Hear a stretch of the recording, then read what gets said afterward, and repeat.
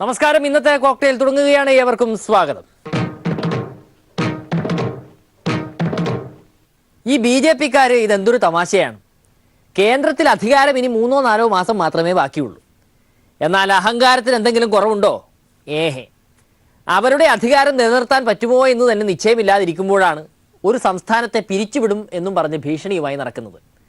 കേരളത്തിലെ സർക്കാരിനെ പിരിച്ചുവിട്ട് ഇവിടെ രാഷ്ട്രപതി ഭരണം ഏർപ്പെടുത്തണമത്രേ. ലോക്സഭയിൽ ഇന്നൊരു BJP MP തട്ടിവിട്ടതാണ് ഈ തമാശ. ആദ്യം നിങ്ങൾ നിങ്ങളുടെ സർക്കാരിൻ്റെ നിലനിൽപ്പ് ഒന്ന് ഉറപ്പിച്ചിട്ട് പോരെ? പിന്നെ എന്തിനാണ് ഈ രാഷ്ട്രപതി ഭരണം ഏർപ്പെടുത്തുന്നത് എന്നറിയാമോ? അവരുടെ പാർട്ടിക്കാർ തന്നെ ഇവിടെ കച്ചറയും കലാപവും ഉണ്ടാക്കുന്നു. എന്നിട്ട് ഇവിടെ ക്രമസമാധാന പ്രശ്നമാണേ എന്ന് പറഞ്ഞ് നിലവിളിക്കുന്നു. അങ്ങനെ സർക്കാരിനെ പിരിച്ചുവിടാം എന്നതാണ് പൂതി. ये लगातार 1947 से लेकर 2019 तक लगातार CPM हत्या और गुंडागर्दी की राजनीति कर रही है। मेरा आपके माध्यम से केंद्र सरकार से आग्रह है कि हमारे अभी जो त्रिपुरा में हार होने के बाद CPM को जो दिखाई दे रहा है कि हम केरल में सरकार बनाएंगे, उसके कारण हमारे वरिष्ठ नेता पर इस तरह का मारने हत्या की साजिश हो रही है। ഉറക്കം വരില്ല എന്ന് തോന്നുന്നു. എല്ലാ ദിവസവും ചൊറിഞ്ഞ് ചൊറിഞ്ഞ് വയറ് നിറച്ച് വാങ്ങിച്ചു കൂട്ടും. ദാ കേട്ടോളൂ മുഖ്യന്റെ മറുപടി. കേരളത്തിൻ്റെ ക്രമസമാധാനം തകർക്കണം എന്ന് RSSനും BJPക്കും വലിയ ആഗ്രഹമുണ്ട് എന്നുള്ളത് വസ്തുതയാണ്. അതിനുവേണ്ടിയുള്ള നടപടികൾ നല്ല നിലക്ക് അവർ സ്വീകരിച്ചുകൊണ്ടിരിക്കുകയാണ്. ഇപ്പോൾ അറസ്റ്റ് ചെയ്തവരെ കുറിച്ച് പറയുന്നതായിട്ട് കേട്ടു. അക്രമം നടത്തിയാൽ അവരെ അറസ്റ്റ് ചെയ്യേണ്ടെന്നാണോ പറയുന്നത്? അത് വേറെ സംസ്ഥാനത്ത് പോയി പറഞ്ഞാൽ മതി. കേരളത്തിനോട് ആ കളി വേണ്ട. മറ്റു ചില സംസ്ഥാനങ്ങളിൽ നിങ്ങൾ അക്രമം കാണിച്ചാൽ ആ അക്രമികളെ പിടിക്കുന്നുണ്ടാവില്ല പോലീസ്. പറയാലോ നിരവധി സംഭവങ്ങൾ ഇന്ത്യയിലെ വിവിധ സംസ്ഥാനങ്ങൾ നടക്കുന്നത്. പട്ടാപ്പകൽ കൊല നടത്തിയ ആളുകളെ പോലും പിടിക്കാൻ തയ്യാറാകാത്ത ഭരണ സംവിധാനം ഇവരുടെ തന്നെ നേതൃത്വത്തിൽ പല സംസ്ഥാനങ്ങളിൽ നടക്കുകയില്ലേ? അതൊന്നും ഇങ്ങോട്ട് വേണ്ട. അതിൻ്റെയൊക്കെ കാലം കഴിഞ്ഞുപോയി. അതിനൊന്നുള്ള ശേഷിയും നിങ്ങൾക്കില്ല എന്ന് മനസ്സിലാക്കണം. അതാണ് അവരോട് പറയാനുള്ളത്. അല്ലാതെ കണ്ട BJP-ക്കാർ പറയുന്നത് കേട്ട് ടെൻഷൻ അടിക്കാൻ വേറെ പണിയില്ലേ? അതവിടെ നിൽക്കട്ടെ. BJP-ക്കാരുടെ ഈ നെകളിപ്പ് കണ്ടിട്ട് ഇങ്ങ് പെരുന്നയിലെ നായർ സാറിന് അതിലും വലിയ ആവേശമാണ് സർക്കാരിനെ തളയ്ക്കാൻ. സമദൂരം എന്നൊക്കെ പറഞ്ഞിട്ട് നായർ സാർ ഇപ്പോൾ സംഘപരിവാരവുമായി ദൂരം വളരെ കുറഞ്ഞ് അവരുടെ കോലായിൽ എത്തി എന്ന് വേണമെങ്കിൽ പറയാം. രണ്ടാം വിമോചന സമരമാണത്രേ നായർ സാറിന്റെ ലക്ഷ്യം. സമുദായങ്ങൾ തമ്മിലുള്ള മൈത്രിയൊക്കെ മൈക്കിന്റെ മുമ്പിൽ പ്രസംഗത്തിൽ മതി, പ്രവൃത്തിയിൽ ഇപ്പൊ വേണ്ട. ഇപ്പോ പാർട്ടി നയം നടപ്പിലാക്കാനായിട്ട് ശ്രമിക്കുന്നു എന്ന ആക്ഷേപം അവർ ഉന്നയിക്കുന്നുണ്ട്. യഥാർത്ഥത്തിൽ 2007 അഫിഡവിറ്റ് ഇടതുപക്ഷ ജനാധിപത്യ മുന്നണിയുടെ നയം ഇക്കാര്യത്തിൽ എന്താണെന്ന് വ്യക്തമാക്കുന്നതാണ്. അത് ഒരു ആവർത്തി കൂടെ NSSന്റെ ബഹുമാന്യനായിട്ടുള്ള ജനറൽ സെക്രട്ടറി വായിക്കുന്നത് നന്നായിരിക്കും. ഒരു കരയോഗം പ്രസിഡന്റിന് ഇത്തരം കാര്യങ്ങൾ അറിയില്ലെങ്കിൽ ഞാൻ എന്തിനാ ഈ കസേരയിൽ കിടന്നിങ്ങനെ ആടണേ? നിരീശ്വരവാദം പ്രചരിപ്പിക്കാൻ വേണ്ടിയിട്ടുള്ള ഒരു പരിശ്രമവും ഗവൺമെന്റ് ഒരിടത്തും നടത്തിയിട്ടില്ല. നമ്മുടെ സംസ്ഥാനത്ത് അധികാരത്തിൽ വന്നിട്ടുള്ള ഇടതുപക്ഷ ജനാധിപത്യ മുന്നണി ഗവൺമെന്റുകളൊക്കെ തന്നെ വിശ്വാസികളുടെ വിശ്വാസം സംരക്ഷിക്കുന്നതിന് സഹായകരമാകുന്ന നിലപാടുകൾ മാത്രമാണ് സ്വീകരിച്ചിട്ടുള്ളത്. ഒരു കരയോഗം പ്രസിഡന്റ് ആവുമ്പോ ഇങ്ങനെ പലതും സഹിക്കേണ്ടി വരും. ഇതൊക്കെ നിസ്സാരം. ഈ സോക്രട്ടീസിനെ പറ്റി എന്തൊക്കെ കഥകളാണ് പറഞ്ഞിട്ടുള്ളത്? ഈ ടോൾസ്റ്റോയെ പറ്റി എന്തൊക്കെയാ പറഞ്ഞിട്ടുള്ളത്? മഹാത്മാരെ പറ്റി അങ്ങനെ പലതും പറയും. സംസ്ഥാനത്ത് കലാപത്തിന് കാരണം സർക്കാരാണെന്നാണ്. അരിയാഹാരം കഴിക്കുന്ന ആരെങ്കിലും അത് വിശ്വസിക്കുമോ? യഥാർത്ഥത്തിൽ അദ്ദേഹം കലാപകാരികളെ പ്രോത്സാഹിപ്പിക്കുകയല്ലേ ചെയ്യുന്നത്. NSSനെ പോലുള്ള ഒരു നവോത്ഥാന പ്രസ്ഥാനം അത്തരം ഒരു പ്രോത്സാഹനം കലാപം നടത്തുന്നവർക്ക് നൽകാൻ വേണ്ടി പാടുണ്ടോ? പണ്ട് വിമോചന സമരം നടന്ന കാലത്തെ കേരളമല്ലല്ലോ സാറേ ഇന്നത്തെ കേരളം. അതൊക്കെ പഠിച്ചിട്ട് വേണ്ടേ ഈ പണിക്കിറങ്ങാൻ? പണ്ട് മന്നത്തിൻ്റെ നേതൃത്വത്തിൽ പറഞ്ഞാൽ നായന്മാരൊക്കെ കേൾക്കുമായിരുന്നു. ഇന്ന് അതാണോ സ്ഥിതി? പെരുന്ന നായരുടെ കുടുംബം പോലും ഒപ്പം നിൽക്കുമോ എന്ന് സംശയമുണ്ട്. കേരളത്തിൽ എല്ലാവർക്കും അറിയാവുന്ന പോലെ വോട്ടെടുത്തിട്ടുണ്ടെങ്കിൽ ഹൈന്ദവ സമുദായത്തിൽ ഒരു 60% ആളുകൾ ഇടതുപക്ഷത്തിന് വോട്ട് ചെയ്യുന്നു. അതിൽ മഹാഭൂരിപക്ഷവും ഭക്തരാ, വിശ്വാസികളാ. മതമേതായാലും മനുഷ്യൻ നന്നായ മതി എന്നാണ് കേരളത്തിൽ ഗുരു പഠിപ്പിച്ചിട്ടുള്ളത്. അപ്പോഴാണ് സർവാർക്കാരെ ഉദ്ധരിച്ചുകൊണ്ട് ഹിന്ദു ആയാലും നല്ല മനുഷ്യനാവും എന്നും പറഞ്ഞ് പാഠം പഠിപ്പിക്കാൻ അവർ വരുന്നത്. അതുകൊണ്ട് ഇതൊക്കെ കേരളീയർക്ക് മനസ്സിലായിക്കൊണ്ടിരിക്കുക. അതിൻ്റെ തെളിവാണ് വനിതാമതിലിൻ്റെ വിജയം എന്ന് പറയുന്നത്. നായർ സാറിനോട് ഒന്ന് ചോദിച്ചോട്ടെ, ശബരിമലയിൽ സ്ത്രീകൾ കയറാം എന്ന് വിധിച്ച കോടതിയോട് സാറിന് ദേഷ്യമില്ലേ? അധികാരമുണ്ടായിട്ടും ഒന്നും ചെയ്യാത്ത കേന്ദ്രത്തോട് ദേഷ്യമില്ലേ? വിധിയെ ആദ്യം സ്വാഗതം ചെയ്ത സംഘപരിവാറിനോടും കോൺഗ്രസിനോടും സാറിന് പിണക്കമില്ലേ? ഇതൊന്നും സാറിന് പ്രശ്നമല്ല. അപ്പോൾ സാറിൻ്റെ ലക്ഷ്യം വേറെ എന്തോ ആണ് അല്ലേ സാറേ? സാറിന് ആ BJP-ക്കാരുമായി കൂട്ടുകൂടണമെങ്കിൽ അതങ്ങ് പറഞ്ഞാൽ പോരെ, ഇങ്ങനെ വളഞ്ഞ് മൂക്ക് പിടിക്കണോ? അത് പോട്ടെ, നമുക്ക് ഇനി സംസ്ഥാനത്തെ BJP-യിലേക്ക് വരാം. ആചാരം സംരക്ഷിക്കാൻ നടക്കുന്ന BJP-ക്കാർ ഇപ്പോൾ ബോംബ് പൊട്ടിച്ചിട്ടാണ് അത് സംരക്ഷിക്കുന്നത്. പോലീസുകാർക്ക് നേരെ ബോംബ് എറിഞ്ഞാൽ നല്ല അന്തസ്സായി ആചാരം സംരക്ഷിക്കാം. നെടുമങ്ങാട് പോലീസ് സ്റ്റേഷനിലേക്ക് ബോംബ് എറിഞ്ഞത് ജില്ലാ പ്രചാരക്. ആഹാ, എന്താ ഒരു ഭക്തൻ! എല്ലാം പിള്ളസാറിന്റെ സുവർണാവസരം മുതലാക്കാനാണ്. നിശ്ചലമായ നിശ, എങ്ങും കനത്ത നിശബ്ദത. അതാ വീട്ടിൽ നിന്നും ഒരാൾ പ്രത്യക്ഷപ്പെടുന്നു. പ്രത്യക്ഷപ്പെട്ട ഒരു ബോംബ്, 2 ബോംബ്, 3 ബോംബ്,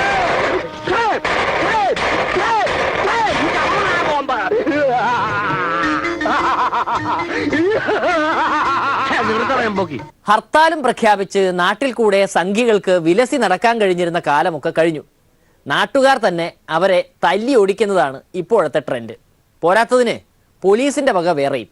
ജാമ്യം കിട്ടണമെങ്കിൽ ഒരുപാട് വിയർക്കേണ്ടി വരും. നശിപ്പിച്ച മുതലിന്റെ കാശ് കൊടുക്കാതെ ഇനി ചേട്ടന്മാർക്ക് പുറത്തിറങ്ങാനാവില്ല. പോലീസിന് ഇപ്പൊ ആർക്കാ പേടി? പോലീസ് നമ്മൾ സ്ട്രോങ് ആയിട്ടിരിക്കണം. നമ്മളെന്തിനു മേടിക്കണത്?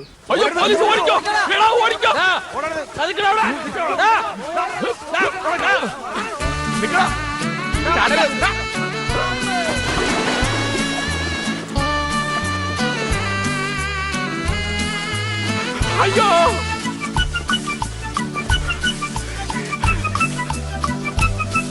ഞാൻ നിക്കണവിടെ. എന്റെ പൊന്നു സാറേ, എന്നെ എപ്പോഴും പിടിക്കല്ല. പക്ഷേ ഇത്രയ്ക്ക് സ്പീഡ് വേണോ? പോലീസുകാരുടെ കൺഫ്യൂഷൻ എന്ന് തീരും? ശബരിമല കാര്യത്തിൽ എവിടെ നിൽക്കണം എന്ന് എത്ര ആലോചിച്ചിട്ടും കോൺഗ്രസ്സുകാർക്ക് ഒരു തീരുമാനമെടുക്കാൻ പറ്റുന്നില്ല.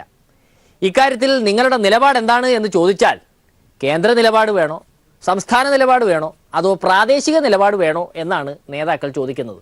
എന്തൊരു കഷ്ടപ്പാടാണ്! ജില്ല വെച്ച് നിലപാട് മാറും. കോൺഗ്രസിന്റെ ആശയക്കുഴപ്പം ഒരാശയക്കുഴപ്പത്തിലാണ്.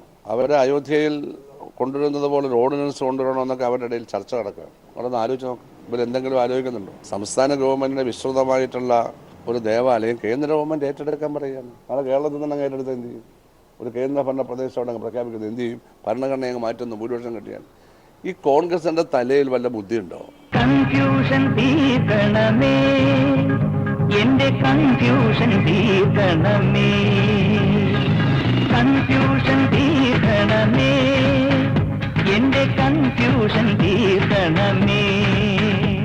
ഇവരാണോ ഇന്ത്യ ഭരിക്കാൻ പോണത്? ഇവർക്ക് ഇന്ത്യ ഭരിച്ചാൽ മതി. ഏത്? ഞങ്ങൾക്ക് ഇന്ത്യ ഒന്ന് ഭരിച്ചാൽ മതി. ആ ഭരണത്തെ പറ്റി മാത്രമാണ്. ഭരണം കിട്ടിയാൽ തന്നെ വിജയകരമായി ഭരിക്കാൻ അവർക്ക് കഴിയുമോ? അതിനുള്ള ചിന്താശക്തി ഉണ്ടോ? അയോധ്യയിലെ പ്രശ്നത്തിൽ ഓർഡിനൻസ് ഇറക്കുന്നതിനെ അവർ എതിർക്കണം. ഇവിടെ ഓർഡിനൻസ് ഇറക്കാൻ പറയുകയാണ്. ഇറക്കാൻ പറഞ്ഞെന്നും ഇല്ലെന്നും സോണിയാഗാന്ധി സാധിച്ചെന്നും ഇല്ലെന്നും. വേറൊരു പാർട്ടിയിലും ഈ ആശയക്കുഴപ്പമില്ലല്ലോ. BJP യാതൊരു ആശയക്കുഴപ്പമില്ല. ആക്രമിക്കുക, വർഗീയത പ്രചരിപ്പിക്കുക, കീഴടക്കുക എന്നുള്ളതാണ് അവരുടെ വർഗീയത കൊണ്ട് ഫാസിസ്റ്റ്. അതിനിടയ്ക്ക് കോൺഗ്രസിന്റെ ദേശീയ വക്താവ് പവൻ രേഖ വാർത്താ സമ്മേളനം വിളിച്ച് ഉള്ള കാര്യം അങ്ങ് വെട്ടി തുറന്നു പറഞ്ഞു. അതായത് ബുദ്ധിയും വിദ്യാഭ്യാസവുമുള്ള ആളുകൾ സ്ത്രീ പ്രവേശനത്തെ അനുകൂലിക്കുമെന്നാണ് പുള്ളിക്കാരൻ പറഞ്ഞത്. എന്നുവെച്ചാൽ കേരളത്തിലെ കോൺഗ്രസിൽ ഒരെണ്ണത്തിനും ബുദ്ധിയില്ല എന്നാണല്ലോ അതിൻ്റെ അർത്ഥം. ഹൈക്കമാൻഡിന് മനസ്സിലായി, എന്നിട്ടും ഈ ലോ കമാൻഡ് KPCC-ക്കാർക്ക് മനസ്സിലായിട്ടില്ല. കോൺഗ്രസ്സുകാരെ കുറിച്ച് നമ്മുടെ G. സുധാകരന് പോലും ചെറിയ പ്രതീക്ഷകൾ ഉണ്ടായിരുന്നു. ഈ ചെന്നിത്തലാജിയും കൂട്ടരും ചേർന്ന് അത് കളഞ്ഞു കുളിച്ചു. ഞങ്ങളെ കൂടെ അതിനകത്തൊരു പങ്ക് വഹിച്ചാൽ മതി. ഞങ്ങൾക്കൊരു ഭരണം കിട്ടിയാൽ മതി. കോൺഗ്രസ് അവിടെ നിന്നൊക്കെ മാറണം. കോൺഗ്രസിനും ദേശീയ തലത്തിൽ വലിയ പ്രതീക്ഷയുണ്ട് ജനങ്ങൾക്ക്.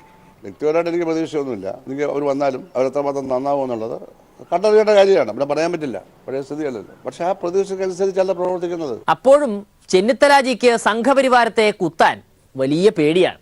എന്തുമാത്രം കഷ്ടപ്പെട്ടാണ് ചെന്നിത്തലാജി സംഘപരിവാരത്തിന്റെ ആക്രമണത്തെക്കുറിച്ച് 2 വാക്ക് മൂളുന്നത്.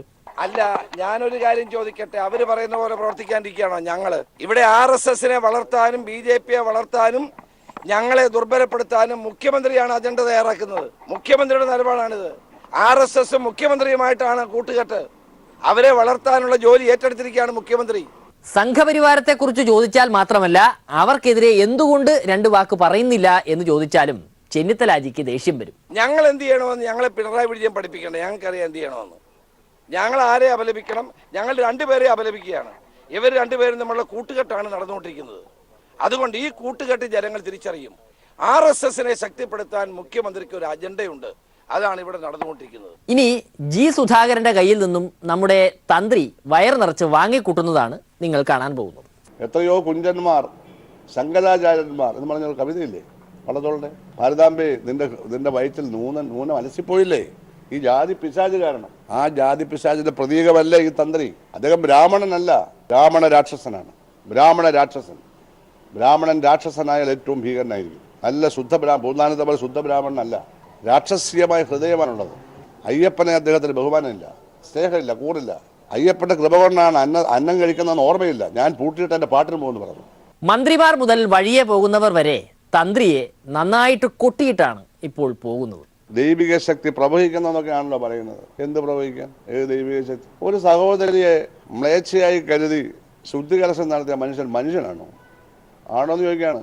ജാതി ചോദിക്കുന്നീല സോദരി കൂടുതൽ തണ്ണീര് ദാശ താ വെള്ളം തരാനാ പറഞ്ഞത്. എന്റെ ജാതി നീ ചോദിക്കറിയണ്ട, നീ എനിക്ക് വെള്ളം തരാനാണ് ബുദ്ധഭിക്ഷു പറഞ്ഞത്. അതാണ് ഈ സംസ്കാരം കേരളത്തിന്റെ. ഇതൊക്കെ പഠിച്ചു വളർന്ന് ഞങ്ങൾ ഇതെല്ലാം മാറ്റിയിട്ട് സുധാകരൻ അത് പറഞ്ഞു. ഞങ്ങൾ പിന്നെ എന്ത് പറയണമെന്നാണ് പറയുന്നത്? ഇതൊക്കെ പഠിച്ചല്ലേ ഞങ്ങൾ വളർന്നത്. ഞങ്ങൾക്ക് ഇത് മറക്കാൻ പറ്റുമോ? ഞങ്ങൾ ഇതൊക്കെ പഠിച്ച് ഇതിന്റെ പേരിലെ കമ്മ്യൂണിസ്റ്റും ഒക്കെ ആവുന്നത്. ഗതികെട്ടവൻ തല മുട്ടയടിച്ചപ്പോഴാണല്ലോ കല്ലുമഴ പെയ്യുന്നത്. ഏതാണ്ട് അതാണ് നമ്മുടെ തച്ചങ്കരി സാറിന്റെ സ്ഥിതി. വല്ല വിധേനയും ആ KSRTCയെ ഒന്ന് കരക്കടുപ്പിക്കാൻ നോക്കുമ്പോഴാണ് ഹർത്താലുകാരായ സംഘികൾ 100 ബസ്സുകൾ തല്ലിപ്പൊട്ടിച്ചിരിക്കുന്നത്.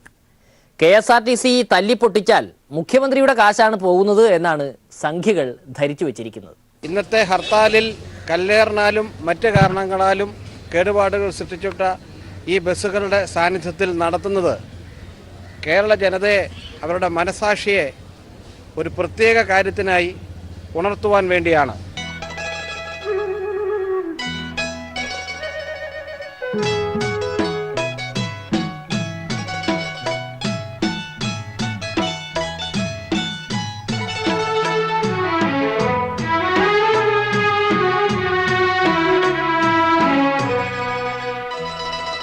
കുറ്റസമ്മതം എന്ന നിലയിൽ എനിക്കും പറയാൻ കഴിയും, എൻ്റെ വിദ്യാർത്ഥി കാലത്ത് പോലും ഒരു സമരമോ ഒരു പ്രതിഷേധമോ നടന്നാൽ ആനവണ്ടി വരുന്നട എടുക്കട കല്ല് എന്ന് പറയുകയും അത് അപ്പോൾ തന്നെ നടപ്പാക്കുകയും ചെയ്യുന്ന ഒരു സംസ്കാരം വിദ്യാർത്ഥി സമൂഹത്തിൽ അന്നുണ്ടായിരുന്നത് ഇന്ന് ഏത് ഹർത്താലിൽ ഏത് കക്ഷിയും ഏത് സംഘടന നടത്തിയാലും അതിലെ മുഖ്യ ശത്രു ഈ KSRTC എന്ന നിങ്ങളുടെ സ്വന്തം ആനവണ്ടിയാണ്. എൻ്റെ ബസ് കണ്ടില്ലേ, നല്ല കണ്ടീഷനിലാണ്. ടയറെല്ലാം നല്ല പെർഫെക്റ്റ് ആണ്, ബോഡിയൊക്കെ ഓക്കെ ആണ്, വൈപ്പർ നന്നായിട്ട് വർക്ക് ചെയ്യുന്നുണ്ട്, ഫസ്റ്റ് എയ്ഡ് ബോക്സിൽ മരുന്നുണ്ട്.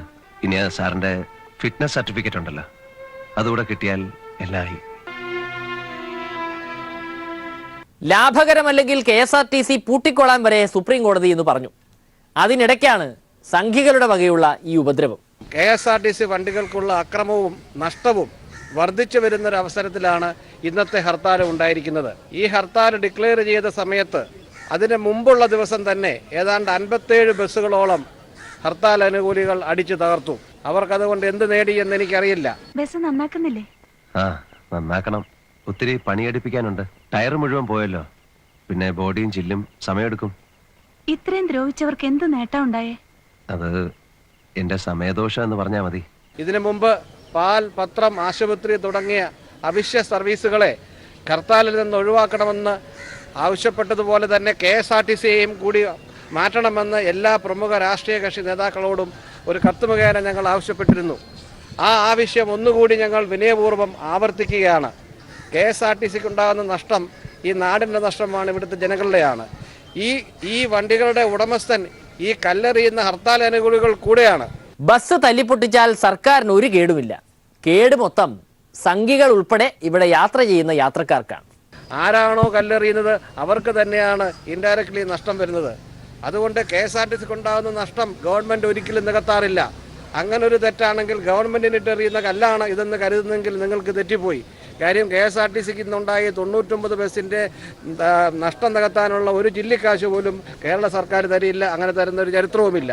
അതുകൊണ്ട് ഈ കഷ്ടത്തിലോടുന്ന നഷ്ടത്തിലോടുന്ന ഈ സ്ഥാപനം ഒന്ന് തിരിച്ചു വരുവാൻ വേണ്ടി ശ്രമിക്കുമ്പോൾ ഇത്തരത്തിൽ തുടർച്ചയായി ഉണ്ടാകുന്ന ഹർത്താലുകളിൽ KSRTCയെ പ്രധാനമായി ആക്രമിച്ചുകൊണ്ടുള്ള ഇതുപോലെയുള്ള നഷ്ടങ്ങൾ ഒഴിവാക്കണമെന്നാണ് ഞങ്ങൾ നിങ്ങളോട് അപേക്ഷിക്കുന്നത്. അങ്ങനെ ഇന്നത്തെ കോക്ടെയിൽ അധ്യായം ഇവിടെ തീരുകയാണ്. വീണ്ടും നാളെ കാണാം. നമസ്കാരം.